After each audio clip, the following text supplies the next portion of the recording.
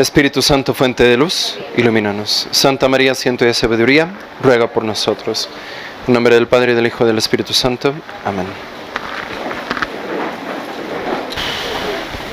Muy bien, pues bueno, en la clase pasada, en nuestra reunión pasada, estábamos hablando acerca de las purificaciones pasivas del alma. Como para recapitular un poco, estas purificaciones pasivas del alma son cosas que realmente nosotros no podemos como llevarlas a cabo nosotros mismos, ¿no? Las otras, nuestras potencias,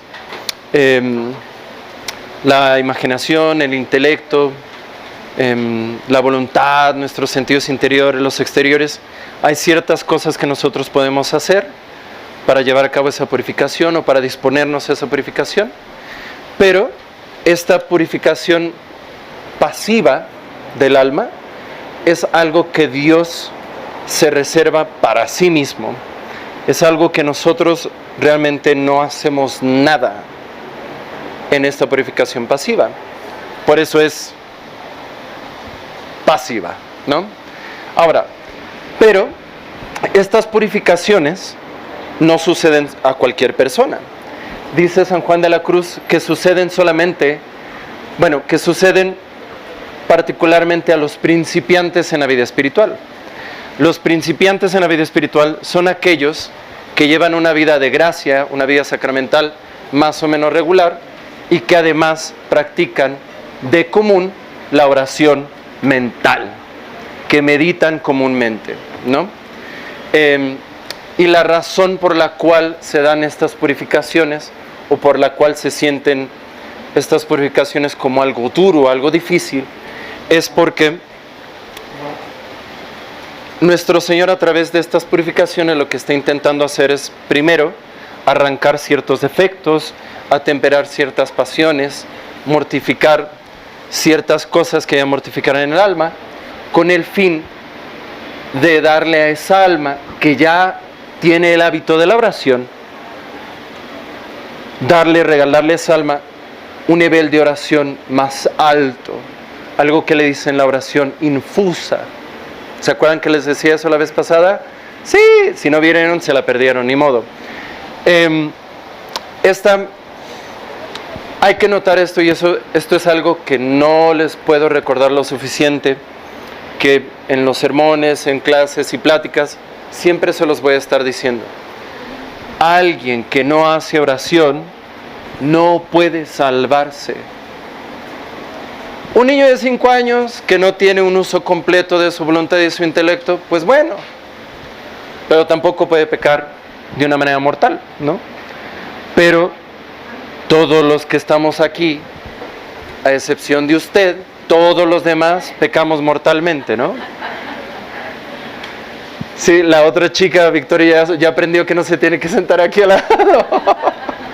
Pobrecita Victoria. Pero bueno, el asunto es este. No podemos salvarnos si no tenemos oración.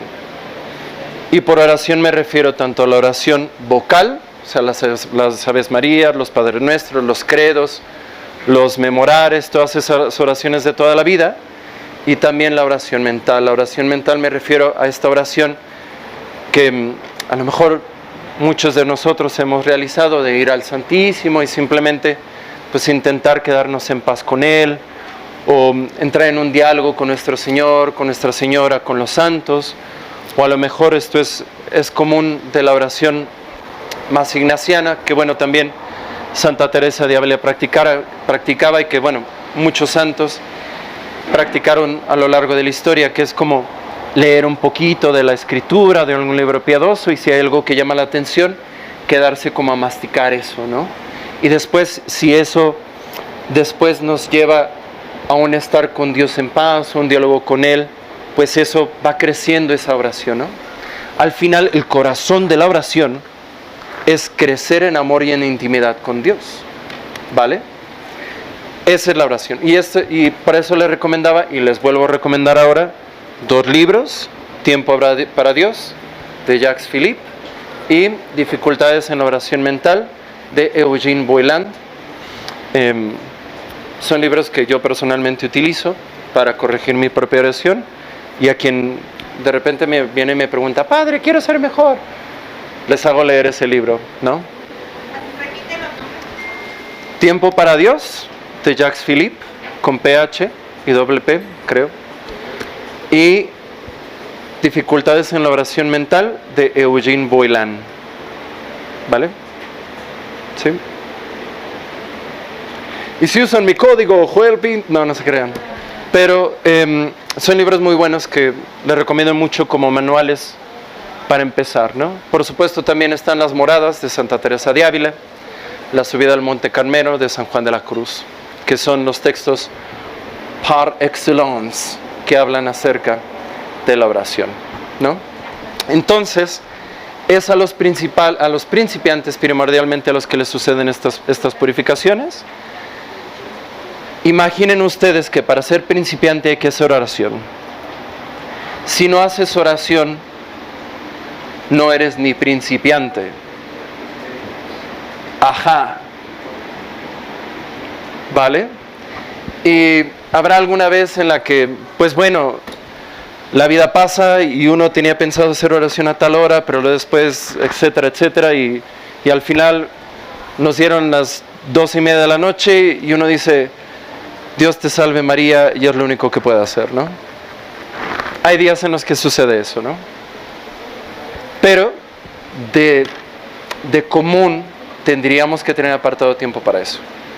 Para ser cuando menos principiantes, ¿vale? Hay que ser cuando menos principiantes.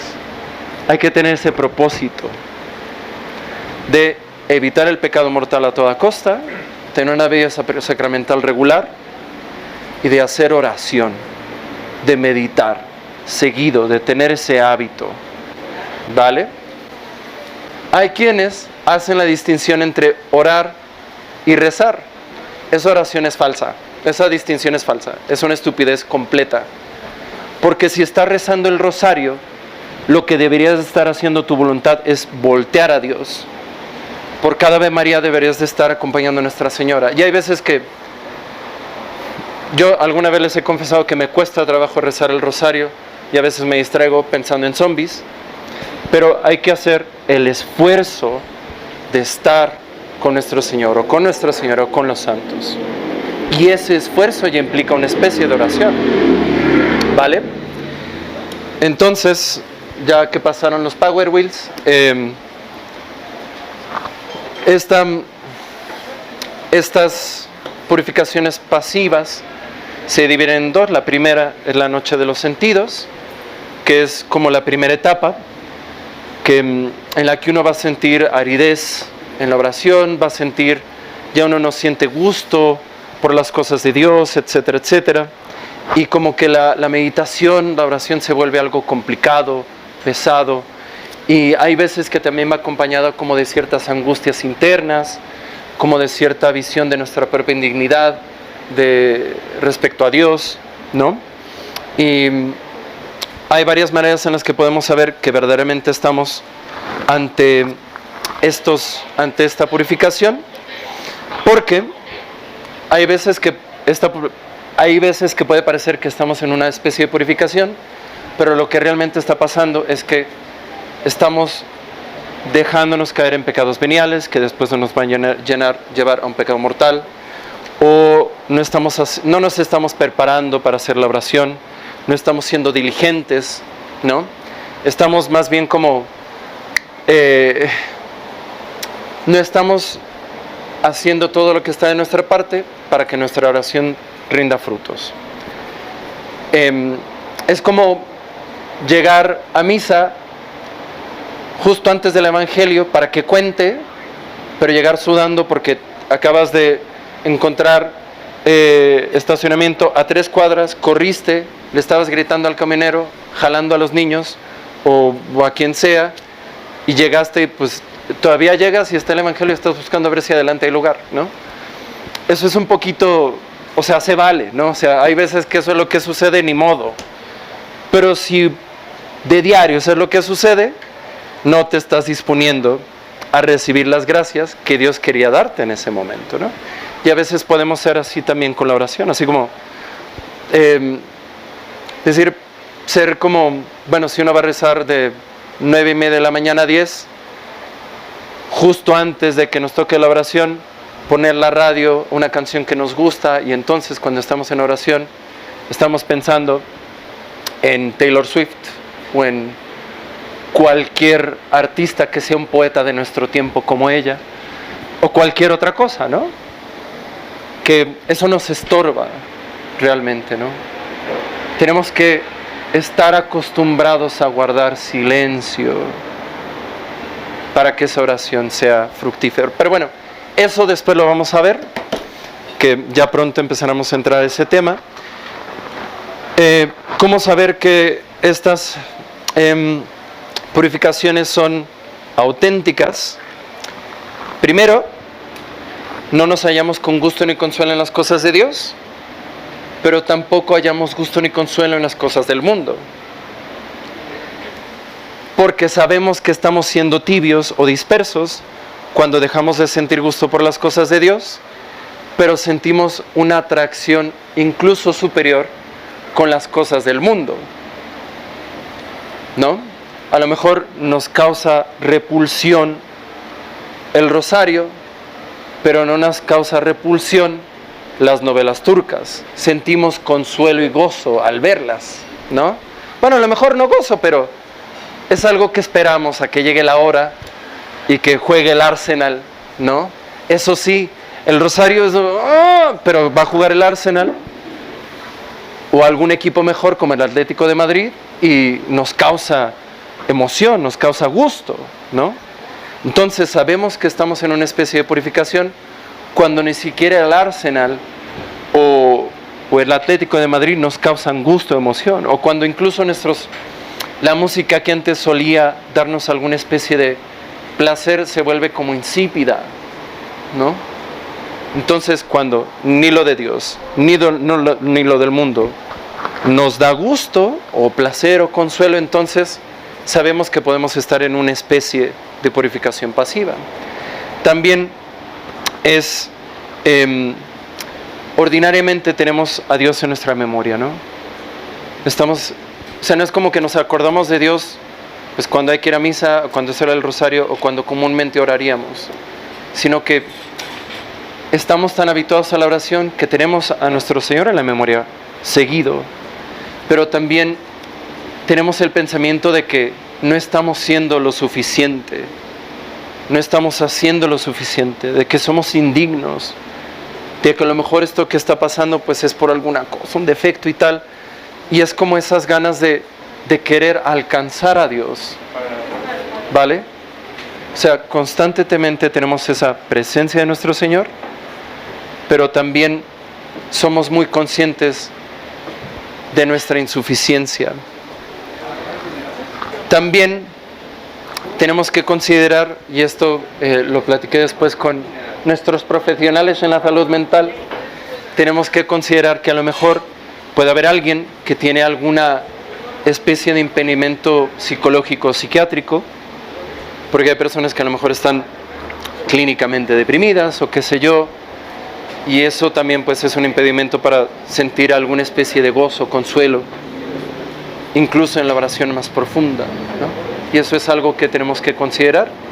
Y les decía como especie de advertencia, y esto es algo que escribió Dom Garrigou Lagrange, uno de los más grandes teólogos tomistas de la primera mitad del siglo XX, profesor de San Juan Pablo II, profesor de Rollo Marinismo, académico impecable del Colegio Romano y después del Angelicum, no es algo moderno, que decía, los neurasténicos, y habla en estos términos porque en aquel entonces no había el mismo vocabulario de salud mental, dice, los neurasténicos no son, sin embargo, enfermos imaginarios. La impotencia que sufren es muy real y sería gran imprudencia quererles convencer que su fatiga no es nada y animarlos a no tenerla en cuenta. No es el querer lo que les falta, sino el poder querer. Hay personas que físicamente están impedidas por alguna razón o por otra de tener ese gozo, ese anhelo, etcétera, etcétera, ¿no? Y muchas veces es lo que Gary Gurlagrand dice, neurosis, pero ahora en muchas ocasiones decimos depresión o qué sé yo, ¿no? Y luego dice que, pero esto también es muy cierto, no se ha de olvidar que la psiconeurosis puede subsistir junto con una vida intelectual intensa y elevada vida moral. O sea que no implica que alguien que tiene esta especie de padecimientos además va a ser mala persona o va a ser reducido en sus capacidades intelectuales, ¿no? Entonces eso es algo que se tiene que tomar en cuenta y que, bueno, en algunas ocasiones se lleva al exceso,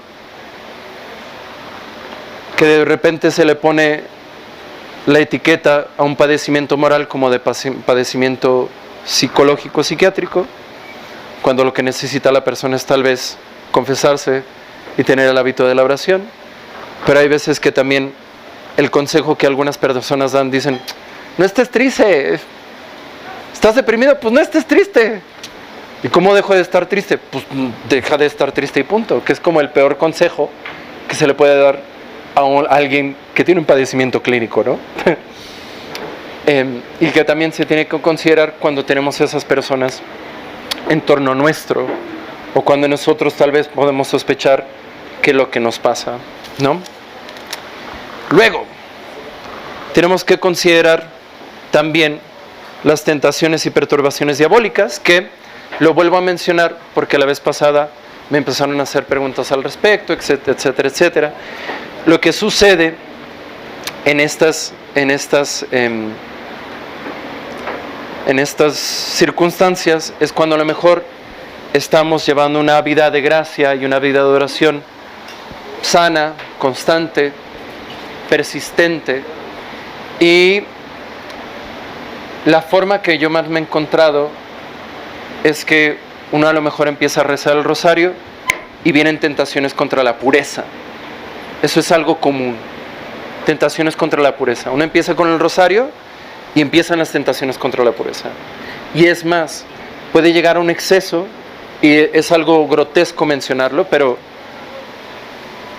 yo me lo he topado, que las tentaciones contra la pureza tienen que ver con cosas sagradas o personas sagradas. O son como, pueden llegar a ser tentaciones contra la fe, decir, bueno, y yo perdiendo mi tiempo, rezando el rosario, y si nadie me está escuchando, yo estoy aquí como perico, como idiota, repitiendo 50 veces Marías, o a lo mejor querer, o sea, son como tentaciones que son diabólicas. La más común es esa, porque es grotesca, es lo que yo más me he encontrado, ¿no? Pero eso es típicamente es una tentación diabólica, ¿vale?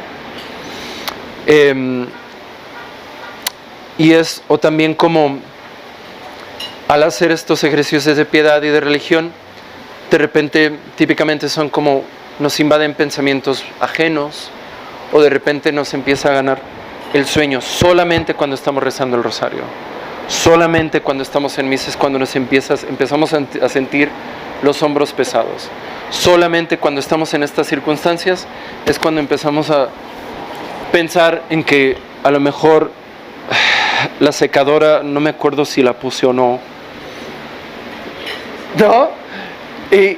pero que pase una vez, pues es normal. A lo mejor sí, de verdad, pues es importante que tengas la secadora puesta, ¿no?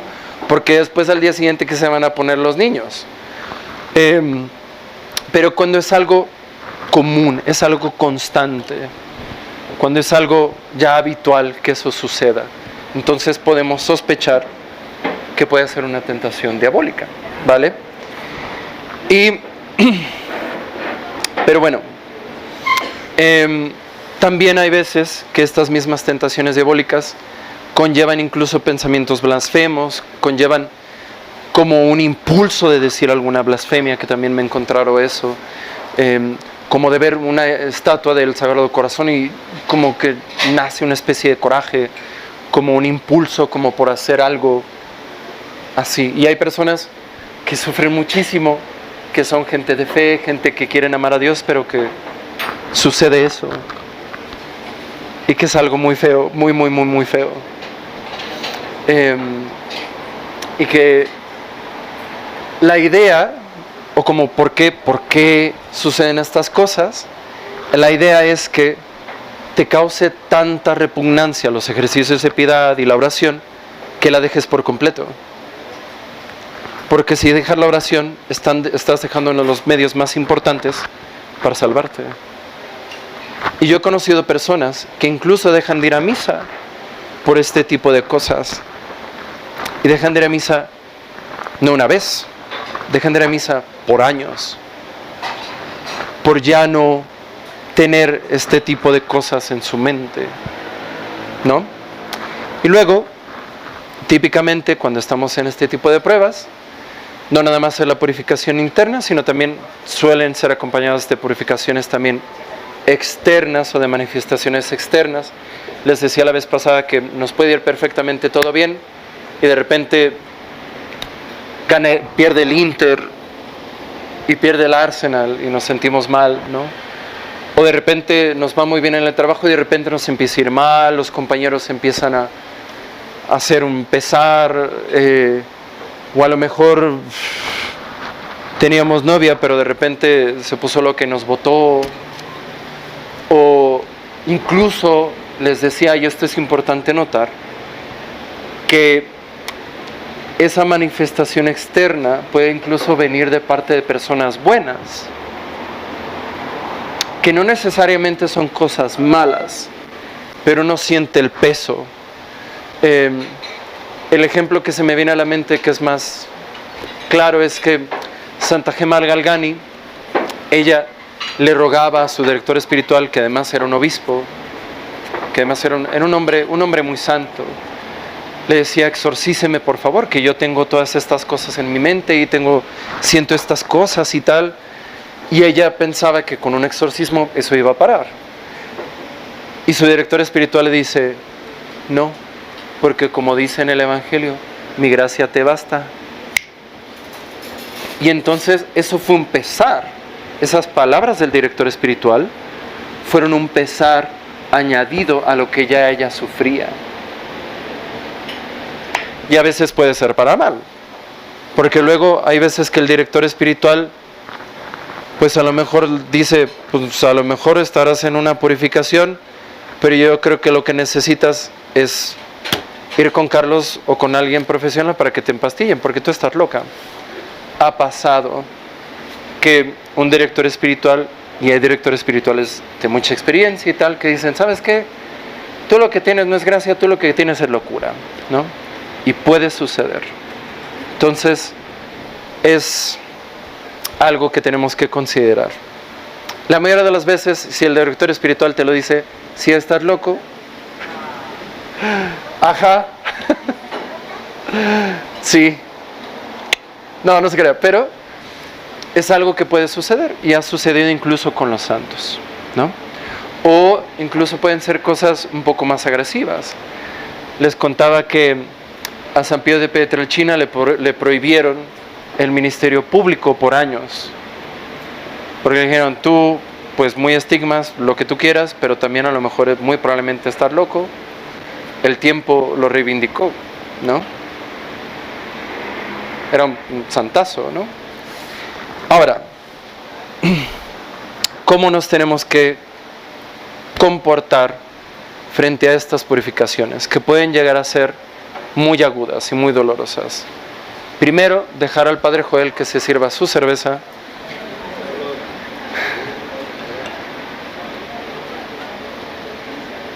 Y lo primero que se tiene que hacer,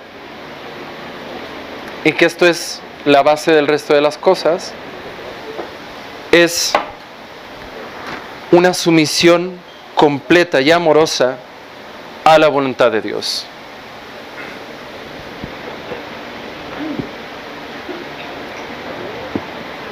Salud. ¿Qué significa sumisión completa y amorosa a la voluntad de Dios? Significa que cuando notamos que estas cosas empiezan a pasar, las tomamos como venidas de Dios. Si nosotros hacemos nuestro checklist y estamos en gracia, no estamos combatiendo activamente el pecado mortal y venal, estamos haciendo lo posible y sospechamos que a lo mejor estamos aquí, entonces tenemos que decir, bueno, Dios lo quiere, Dios me está mandando esta aridez, adelante, o Dios me está mandando esta especie de purificación, adelante, y tomarlo así, como parte de un proceso espiritual que Dios te está dando para que al final termines con una oración más alta, más pura, más cándida, y tu alma también sea a su vez más limpia, ¿no? Entonces, si lo empiezas a ver así, pues uno carga ese peso con más gusto y tiene sentido ese sufrimiento. Lo segundo que hay que hacer es perseverar en la oración. Y miren, aquí es donde muchas personas fallan, porque acuérdense, lo que Satanás quiere es que dejes la oración, que se te vuelva repugnante, que le pierdas el gusto y que digas no quiero perder el tiempo, o que digas no soy digno y lo dejes. Si tú dejas la oración, Satanás gana y tú pierdes tu alma. Entonces tienes que perseverar en la oración, ¿vale? Tienes que perseverar en la oración. Típicamente lo que se recomienda es que antes de llegar a esta etapa tú ya hayas tenido una especie de disciplina, ¿no? A lo mejor decir, bueno, siempre que me subo al coche, en lo que voy a la escuela o al trabajo, estoy rezando mi rosario, ¿no? Cuando regreso, a lo mejor tengo una hora libre y tal, voy a hacer un poquito de lectura espiritual, voy a tomar la imitación de Cristo, voy a leer 1 o 2 numerales, ¿no? De regreso a lo mejor voy a escuchar un audiolibro, llego a mi casa, me paso por la capilla de oración. O sea, hay que tener una rutina, ¿no? Eso hace más fácil la perseverancia. Entiendo que hay veces que no se puede, pero la rutina hace todo más fácil. Por eso los monjes benedictinos, los monjes cistercienses, tienen una vida regular. O sea, tienen reglas de a qué horas van a hacer cada cosa. Y eso les facilita la vida increíblemente. A mí me gusta tener agendas, a veces no las pelo, pero cuando las pelo funcionan, ¿no? Porque acuérdense, muchas veces lo que quiere Satanás es que dejes de hacer oración. Ahora, si lo que quiere Dios hacer a través de esta purificación es que tu alma sea más limpia, para que después puedas alcanzar una especie de oración más alta y dejas de orar, esa gracia que Dios te tenía preparada, no la vas a alcanzar. Entonces tienes que estar allí, ¿no? Y hay veces que no sientes ningún gusto, hay veces que el rosario te sabe a hiel, hay veces que la meditación es pesadísima.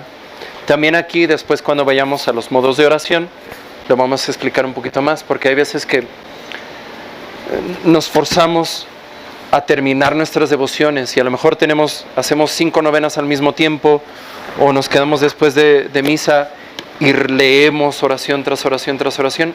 Eso también puede cargarnos, eso también puede como dejarnos así, ¿no?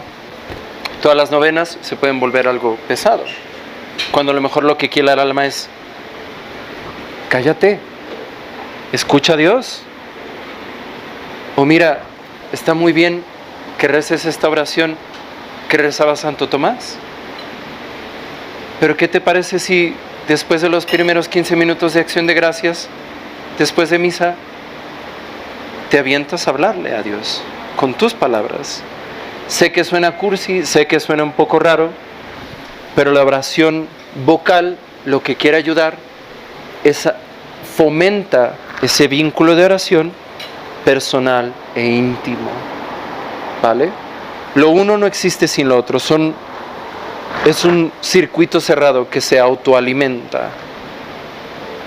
Pero hay veces que tenemos que favorecer tal vez la oración mental sobre la oración vocal o viceversa. Y hay veces que queremos leer nuestro libro de meditaciones, a fuerzas queremos que es el resultado, pero a lo mejor lo que Dios quiere es que en tu mente simplemente estés con Él, en paz, tranquilo, como en su presencia, ¿no? Que eso es lo que le dice en la oración de quietud, que después veremos más a detalle ese tipo de oraciones, o a lo mejor lo único que sale de tu corazón es, Señor mío, Dios mío, y no sale otra cosa. Pero a lo mejor esa especie de oración tiene más valor que si te esfuerzas muchísimo en que tu libro de oraciones funcione o en que tu libro de meditaciones funcione.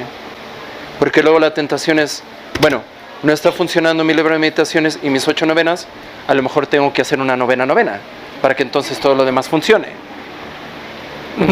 Pero la cosa no funciona así, ¿no? A veces lo que tenemos que hacer es mantener ciertas disciplinas, pero también darle lugar a esos momentos en silencio con nuestro Señor. Y a mí me gusta recordar esta frase: habla, Señor, que tu siervo escucha.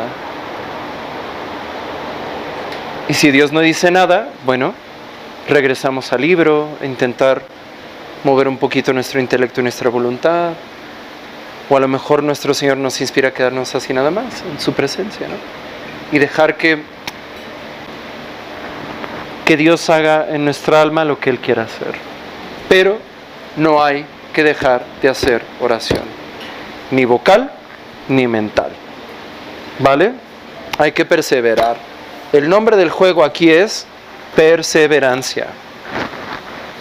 El deporte de la vida espiritual podríamos definirlo en esta parte de purificaciones como perseverancia.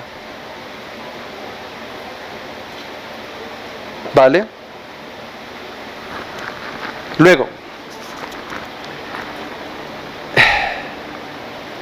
lo tercero es esto que les decía: dejar su alma estar a veces sin forzarla a hacer la meditación que hacía o a decir las oraciones que decía, pero simplemente estar en una advertencia amorosa de la presencia de Dios, ya sea en el tabernáculo si estamos en una capilla, o en nuestra propia alma si es que estamos en gracia. Y eso es algo que muchos santos han hablado de ello. Entonces, hay veces que lo que el alma nos pide es simplemente eso: estar tranquilamente en la presencia de Dios. Y eso, yo creo que esos momentos de oración, si les digo en lo personal, no que yo esté en la quinta morada de Santa Teresa, pero cuando Dios me ha regalado esos momentos de quietud, como de, cállate, Joel, han sido los más,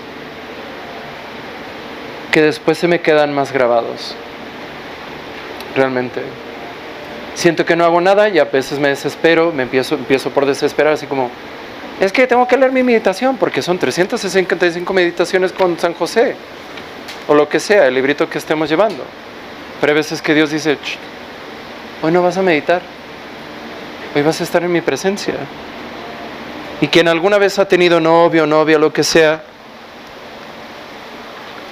recordará algún momento cursi en el que vio sus ojos y habrá dicho, qué suertudo o qué suertuda, ¿no? Que son momentos bonitos y que no cursimente momentos en los que las palabras sobran. Y si eso es cierto con tu pareja, con tu novio, con tu novia, con tu esposo o tu esposa, también es cierto en la historia de amor que es tu historia de salvación, que lo vamos a ver más adelante. El fondo de todo esto es crecer en caridad, ¿vale? Hay veces que eso es lo que Dios te pide, estar en silencio con Él y ya está. Es muy romántico Dios a veces. Hay veces que Dios es increíblemente cursi.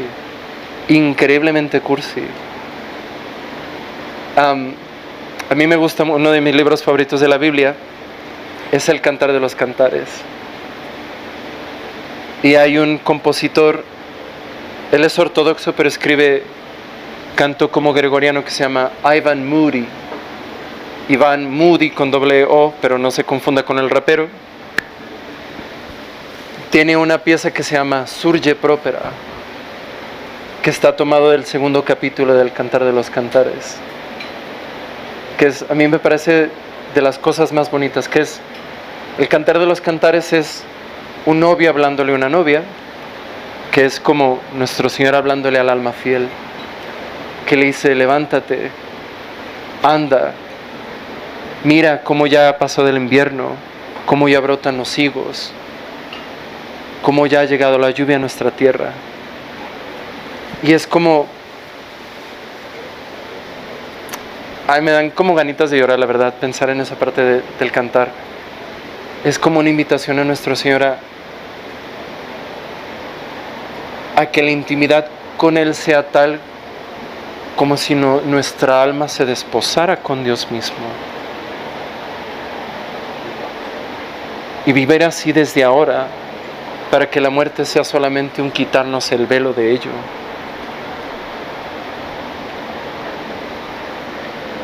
Es algo muy bonito y Dios es muy cursi. Entonces, hay veces que lo que Dios pide es: hoy no me vas a decir nada, hoy solo quiero que me ames.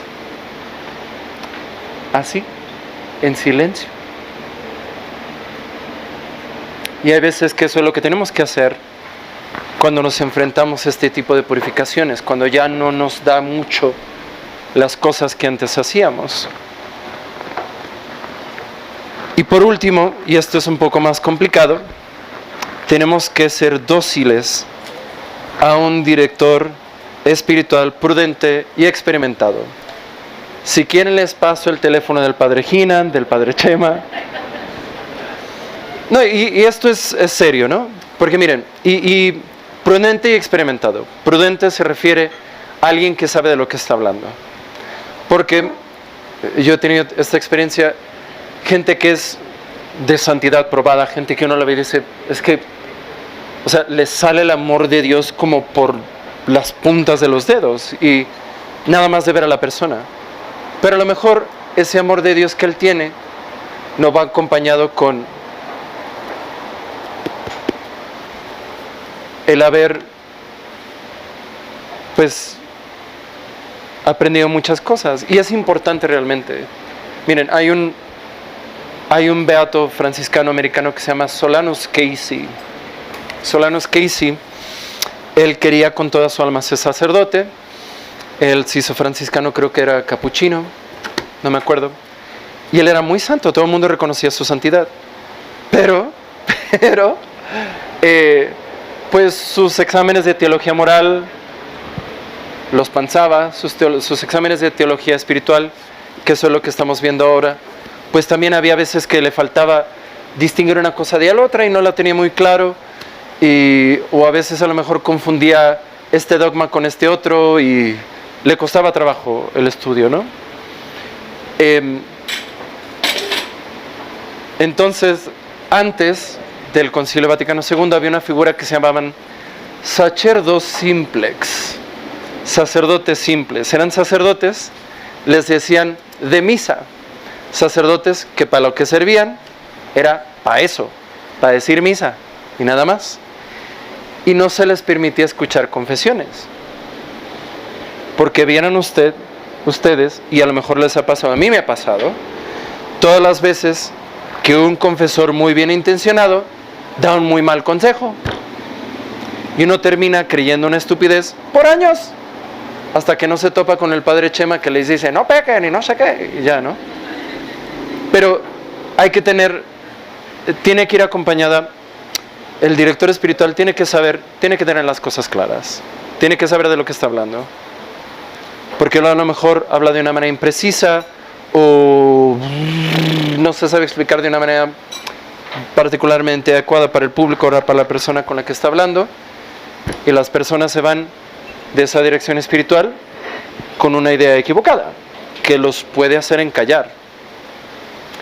Y esto no lo digo yo, lo dice la misma Santa Teresa de Ávila, que ella en su autobiografía cuenta que en más de alguna ocasión tuve a un director espiritual santísimo, pero que no sabía distinguir lo primero de lo segundo. Entonces, ella terminaba siempre más confundida. Y los consejos que le daban, le terminaban por llegar con Dios y decirle, bueno, pues yo no sé qué hacer, voy a seguir haciendo lo que estaba haciendo antes. Y ya está. Por eso tiene que ser alguien con prudencia, dice Rollo Marín. Alguien que sepa de lo que está hablando. Obviamente, si además sabe de lo que está hablando y es alguien que intenta ser santo cuando menos, pues ya vamos ganando. Ahora, también es importante que sea experimentado. ¿Por qué es importante que sea experimentado?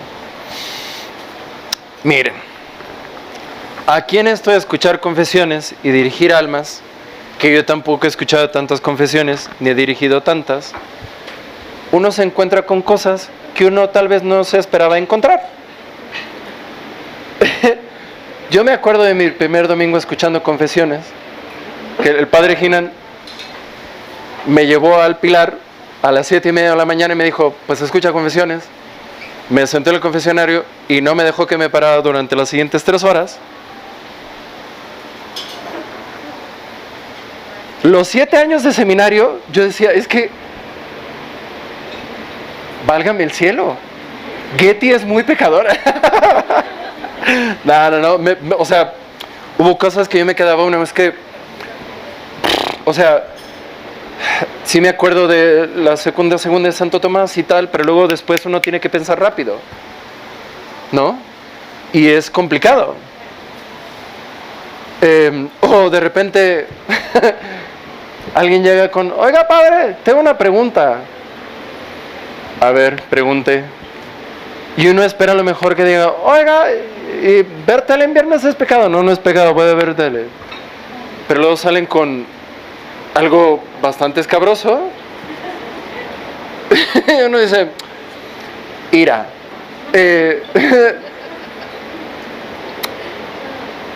O sea, uno le sale el barrio,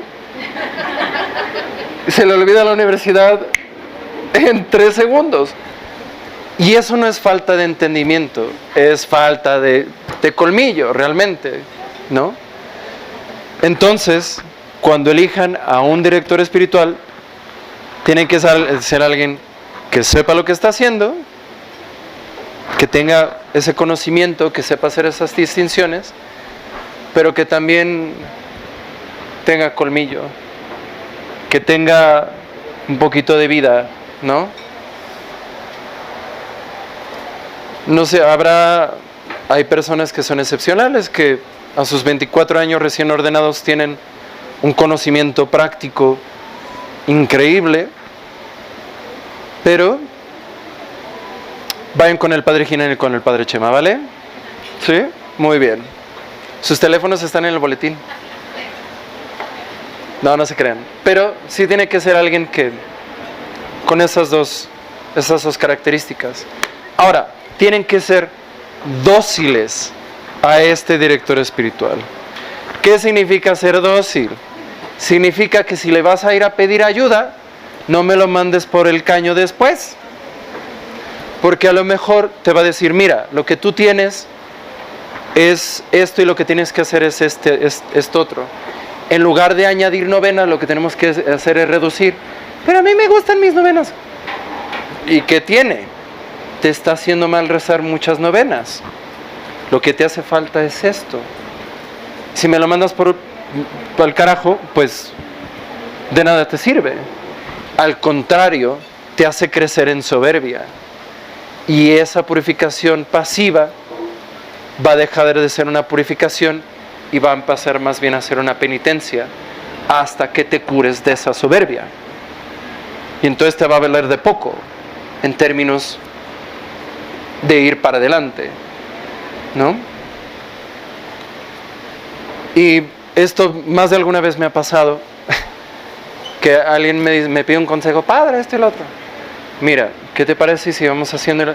Es que no me gusta. Sí, pero mira, en mi vademecum de confesor,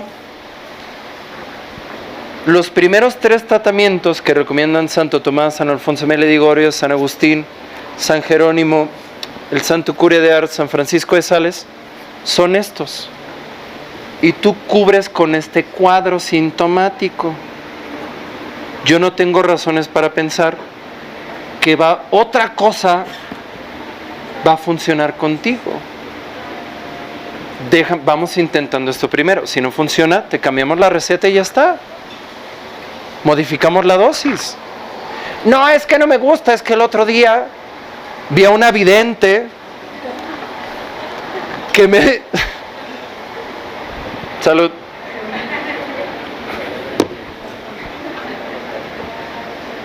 No es que me haya pasado a mí. Pero bueno. Hubo una vidente que la Virgen le dijo que yo tenía que hacer esto. Entonces yo lo tengo que hacer. Entonces usted, señor confesor, con cargo de mi alma, no me puede decir lo contrario. Entonces cuando uno como confesor dice,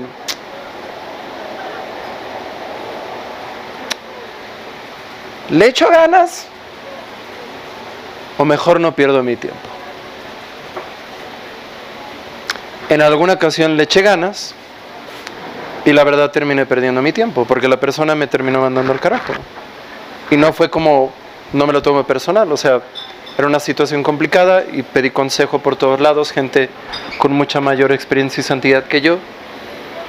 Y era de, no, es que yo no puedo dejar de hacer esto, yo tengo que hacer esto. Entonces yo le decía, bueno, entonces, ¿para qué vienes conmigo? Si quieres que lo que te diga es, lo que estás haciendo está bien, pues vas a tener que ir con otro cura. Porque además, el dejarte guiar por un director espiritual prudente y experimentado implica de tu parte humildad. Y acuérdense que la primer virtud, sin la cual nada más puede crecer, es la humildad. Y vieran ustedes, todos los curas de la casa, tenemos un director espiritual. Y tenemos que dar cuentas y tenemos que pedirle remedios para nuestras locuras, para nuestros pecados, para nuestros vicios, cómo crecer en la virtud. Que no porque estemos ordenados, dejamos de ser susceptibles a los errores. Al contrario, tenemos que tener la suficiente humildad como para decir, pues muy cura, pues sí, pero no dejo de tener carne y hueso y no dejo de ser el mismo idiota que se ordenó. Tengo que tener a alguien que me ayude. Yo lo hago, el padre Ginán lo hace, el padre Chema lo hace, don Isaac lo hace, el padre Javier, su director espiritual es Santa Tere, nada se crean.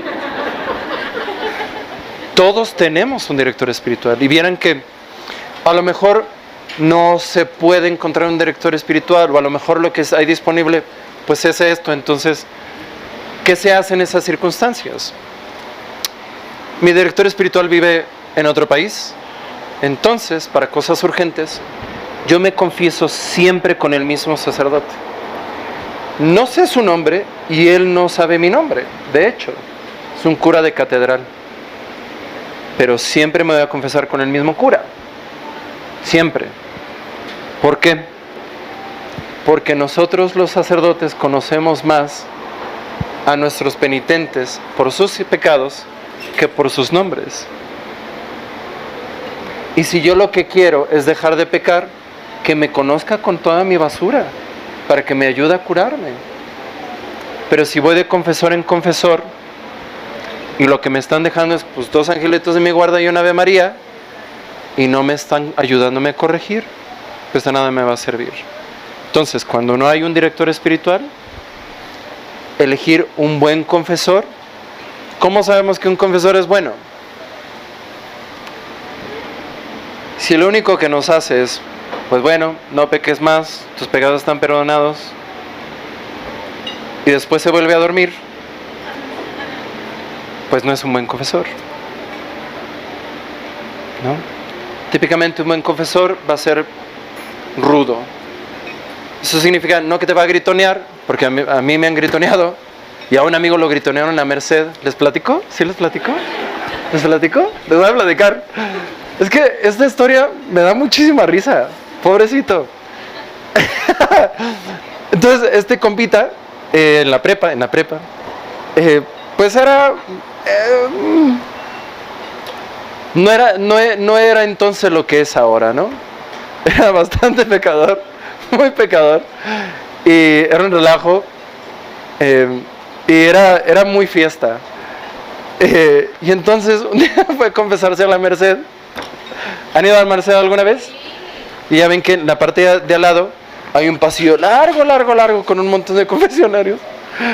Y pues los padres que van a confesar allí, pues ya, pues les fallan las bujías, el radiador falla un poco.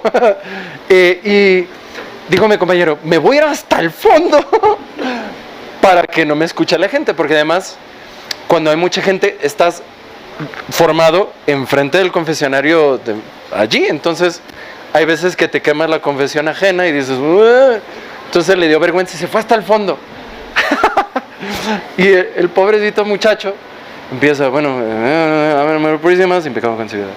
Padre, pues hace 2 semanas que no me confieso y fíjese que cometí este pecado, ¿no? Pónganle el pecado que sea, ¿no? Entonces el padre, que le fallan las bujías y ya trae las llantas un poco flojitas y tal, no te escuché. Padre, que esto y lo otro. Más fuerte. Entonces, los que estaban en la fila, y en 2 filas atrás, padre, ¿qué hice esto y esto y lo otro? Pues se lo quemaron, ¿no? Y ya empezaron las miradas así de... Dice mi compita, y entonces... Cuando lo platicó, pues sí dice que se puso rojo, dice, bueno. Pero eso no fue todo. Después de que gritó... fíjense, la Merced era un convento y tenía una acústica maravillosa para que resonara el canto gregoriano por todas sus bóvedas.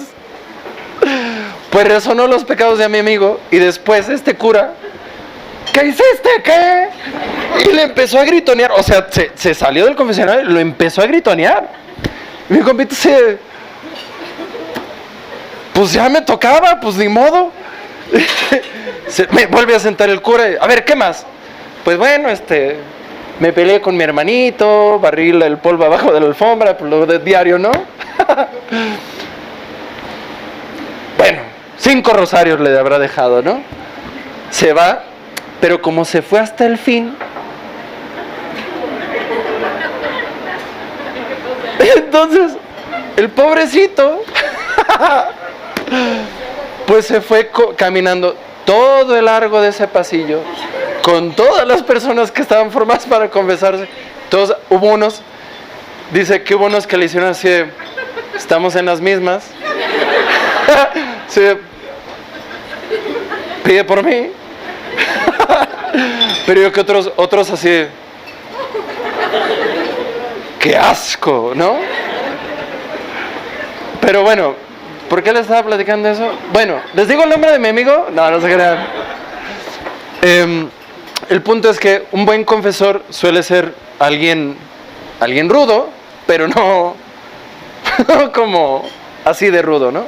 O sea, típicamente es alguien que empieza a poner límites, que empieza a acotar algunas prácticas religiosas, que empieza a exigirte, que empieza a decirte, bueno, mira, te podré dejar un angelito de mi guarda, pero tú y yo sabemos que eso no te va a hacer bien.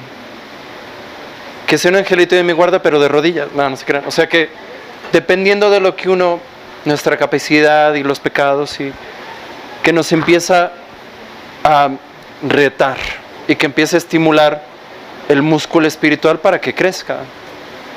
Y cuando uno va creciendo en la vida espiritual, es una muy buena práctica elegir a un confesor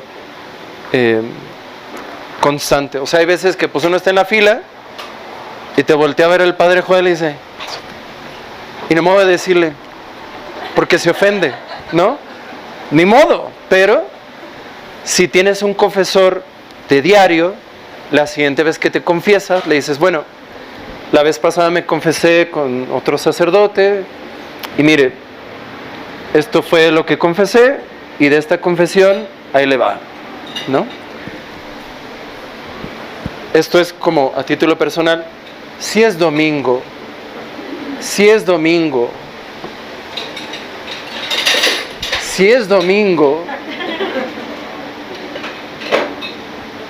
pídeme todos los consejos que quieras. Lo más probable es que te vaya a batear, porque hay otras 23 personas afuera. No es rudeza, pero sí está bien que de repente, si vas a confesarte entre semana, por ejemplo, si vas al gimnasio entre semana, ¿por qué no ir a confesarte entre semana? Por ejemplo, ¿no? O supongo que a ninguno de ustedes lo recibe el médico en domingo, a menos que sea emergencia. Van entre semana y a la hora a la que les diga. Apartan tiempo para ir. ¿Verdad que sí? Entonces, si hay más oportunidad, pues sí, ¿no? Te puedo dar un consejo y tal, y podemos empezar a hacer una especie de regla de vida. Pero bueno, ahora, esto es algo que alguna vez me han preguntado, que muchas veces me has preguntado, ¿cuánto tiempo dura esto? Pues miren, noticias, dura lo que Dios quiera. Santa Teresa de Ávila, duró unos 18 años en esta purificación pasiva. 18 años. San Francisco de Sales, unos 13, ¿no? La Madre Teresa de Calcuta, los últimos 30 años de su vida, la pasó en ese estado.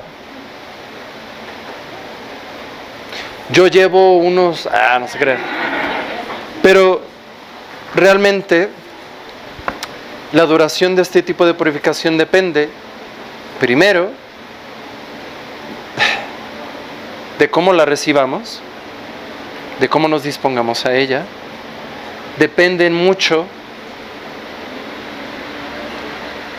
de a qué nivel de santidad nos quiera llevar Dios.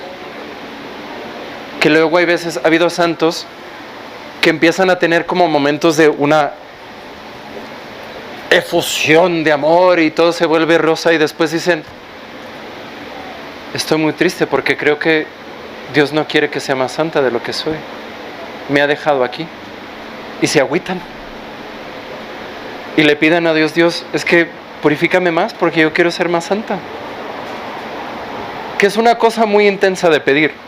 Yo nunca lo he pedido. Y realmente no es algo que recomiende. Porque luego Dios te toma la palabra y es algo, hay purificaciones pasivas que yo no no se las deseo ni a mi peor enemigo. Ni al amigo imaginario de nadie, realmente, ¿no? Pero depende mucho de qué tanto nos haga falta, de a qué punto nos quiere llegar en ese momento nuestro Señor. Y hay veces que va a haber momentos de mucha aridez, de mucha prueba y tal, y luego vuelve la calma, ¿no? Y luego vuelve esa prueba. Típicamente esos 18 años de Santa Teresa de Ávila no fueron continuos. Tenía también, nuestro Señor les daba su descanso, le daba sus descansitos para que no se desanimara, ¿no? Pero esto, ¿qué tanto dura? Realmente dura lo que Dios quiera. Y hay que estar listos para ello. Y hay que estar dispuestos a pasar por ello. Muchos diríamos que estaremos dispuestos a pasar la peor tortura, ya que nos fusilen como los cristeros y a cualquier cantidad de cursilerías. No que los mártires cristeros sean cursis, pero la manera en la que nos imaginamos nosotros puede ser muy cursi. Nos imaginamos esa epopeya heroica de nuestra propia alma enfrente de los malditos masones y lo que sea. Pero cuando Dios nos manda una prueba, nos echamos para atrás. Y tenemos que estar dispuestos. Vean ustedes, Santa Teresita del Niño Jesús, tan linda como era ella, y tan desagradable como es cuando uno lo conoce un poquito así superficialmente, que después es muy ruda. En su última enfermedad, ella murió de asfixia. Porque le dio tuberculosis. Entonces, sus últimos instantes, ella estaba luchando por cada respiración. ¿Alguna vez han visto a alguien con la oxigenación baja? Que apenas están... Cada respiración es una labor increíble. Y ella decía, se los dije alguna vez, les decía a las monjitas que la acompañaban, no me dejen las medicinas aquí cerca, porque en una de esas me suicido. Se estaba en una oscuridad espiritual profundísima. Y no podía rezar, porque además no tenía la capacidad física, la habilidad material de concentrarse en algo. Porque en lo que se concentraba su cuerpo era en que su oxigenación estuviera por arriba del 40%.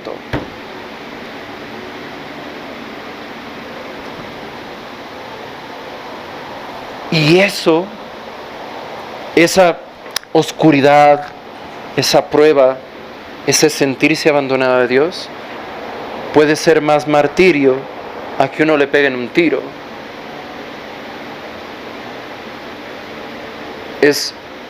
Puede llegar a ser algo muy difícil.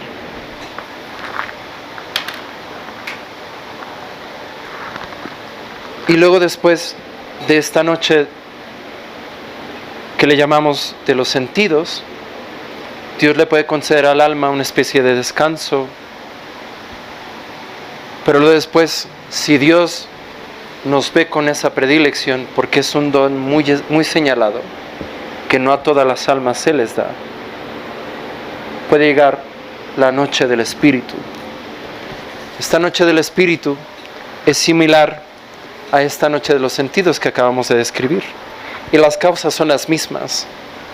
Es purificar esa alma, pero ahora todavía de una manera más profunda, para regalarle a esa alma un estado de intimidad más alto con Dios. Ahora, les voy a leer directamente de aquí. Dice que, como les decía, es como de repente es una luz que nos deslumbra y nos hace ciegos y nos causa cierta desesperación, no porque Dios haya oscurecido las cosas, sino porque esa luz repentina nos ciega. Garrigou-Lagrange escribe, hablando de esta segunda purificación que es más profunda: el exceso de esta luz atormenta y ciega al alma al mismo tiempo que le muestra al descubierto las más pequeñas, insignificantes imperfecciones de la que se ve completamente llena. El contraste entre la grandeza inefable de Dios, que barrunta a través de aquellos resplandores contemplativos, y la centina de imperfecciones y miserias que el alma descubre en sí misma, le hacen concebir la idea de que jamás será posible la unión de tanta luz con tantas tinieblas, y que por lo mismo está irremisiblemente condenada a vivir eternamente apartada de Dios. Esta situación, que el alma le parece evidentísima y sin remedio posible, la sumerge en un estado de angustia y de tortura tan espantosas que no solamente suele superar a los tormentos del purgatorio, en el que las almas al fin y al cabo saben que tienen asegurada su salvación eterna, sino que, salvo la desesperación y el odio a Dios, se asemeja mucho a la pena de daño del infierno. Esa es la segunda purificación, la noche del Espíritu.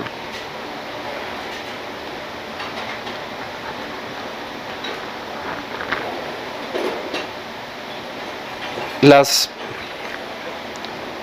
cosas por las que pasa un alma en este estado son cosas que Garrigou Lagrange no está exagerando cuando dice que puede ser un tormento incluso más agudo que el infierno mismo. Es una oscuridad profundísima, es un dolor interno, una especie de un sentirse abandonado de Dios de una manera absoluta.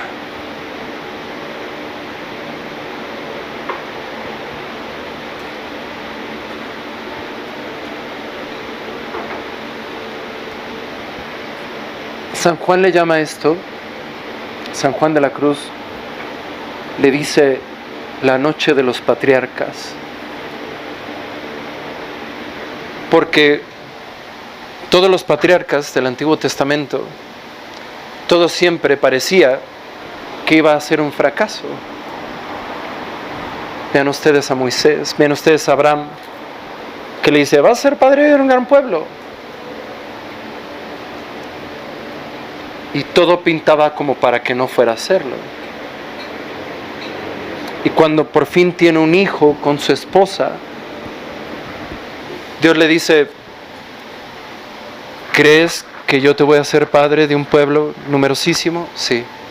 ¿Cuántos hijos tienes? Uno. Lo vas a sacrificar. Y lo que hizo Abraham fue decir, confío en que Dios me va a sacar de esta. Y Dios lo dejó con el cuchillo pendiente de su hijo.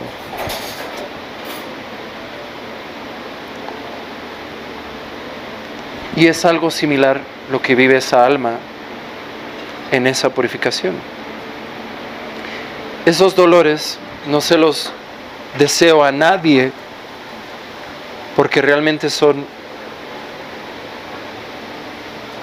como les digo, una especie de,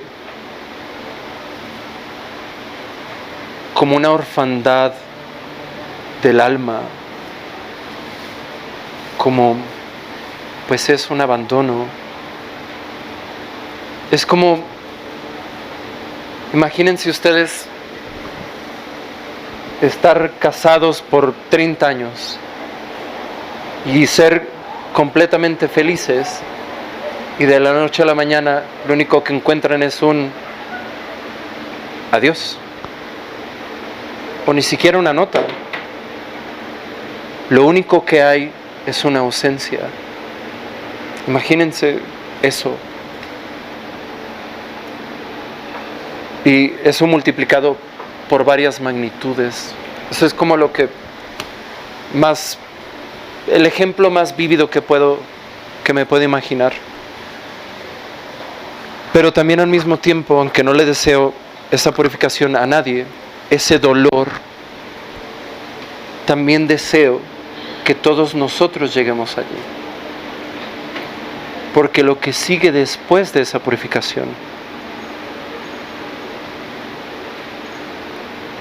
lo que sigue después de eso, ojo no vio, ni oído escuchó, se empieza a vivir de verdad el cielo en la tierra. Y en la siguiente sesión vamos a continuar con esta prueba del sentido, del espíritu, y vamos a empezar con la parte positiva de la vida espiritual del cristiano. En nombre del Padre, del Hijo y del Espíritu Santo. Amén. Dulce Madre, no te alejes, tu vista de mí no apartes. Ven conmigo a todas partes y solo nunca me dejes. Ya que me amas y me proteges tanto como verdadera Madre, haz que nos bendiga el Padre y el Hijo y el Espíritu Santo. Amén.